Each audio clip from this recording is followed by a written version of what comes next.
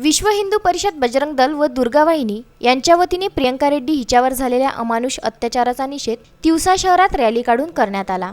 महामहिम राज्यपाल यांना तहसीलदार यांच्यामार्फत निवेदन देण्यात आले। यावेळी बजरंग दल तिवसा प्रखंड संयोजक योगेश मोरगडे, चंद्रकांत ठाकरे, अनुराग भुतडा, धीरज ठाकरे, अमोल चौधरी, संजय मोदळकर, पायल झंजाळ, परमेश्वरी शिलोटकर आदी कार्यकर्त्या उपस्थित होत्या। रुपेश राऊत, विदर्भ न्यूज, तिवसा। प्रियंका रेड्डी आता पूर्ण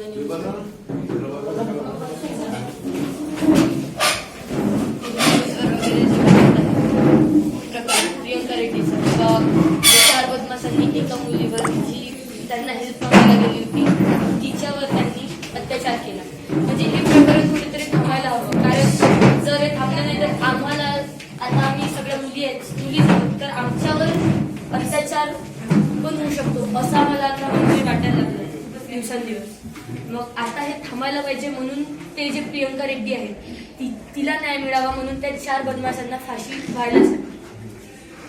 म्हणजे आज ही हैदराबादमध्ये घटना घडली, उद्या चालून आमच्यावर पण तो येऊ शकते वेळ।